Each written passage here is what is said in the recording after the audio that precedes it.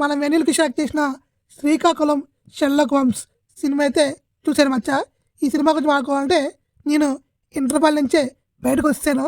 ఎందుకంటే సినిమా అంత వరస్ట్గా ఉంది. మన ఆడి ఈ టైప్ స్టోరీ స్క్రీన్ ప్లే అనేది చాలా వందల సార్లు చూసాము.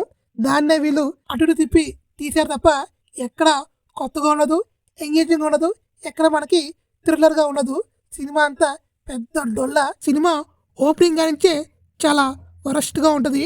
సినిమా ఎక్కడ ఎంగేజ్ చేయదు. వెన్నెల కిషోర్ని క్యాష్ చేసుకుందామనే ఈ సినిమా అయితే తీశారు. కామెడీ అనేది అస్సలు లేదు. ఇంక ఈ సినిమాలో అనన్య గురించి మాట్లాడుకోవాలి. అనన్య ఈ సినిమాలో కూడా తన యాక్టింగ్ అనేది నాకు పెద్దగా కనిపించలేదు. నేనైతే ఇంటర్వెల్ నుంచే బయటకు వస్తాను. ఎండింగ్ సెకండ్ హాఫ్ ఎలా ఉంటుంది కూడా నాకు అర్థమైపోద్ది, మీకు అర్థమవుద్ది. ఈ వీకెండ్లో మీరు ఫ్యామిలీతో ఎంజాయ్ చేయాలని చెప్పేసి ఈ సినిమాకి వెళ్తే మాత్రం కంపల్సరిగా మోసపోతారు.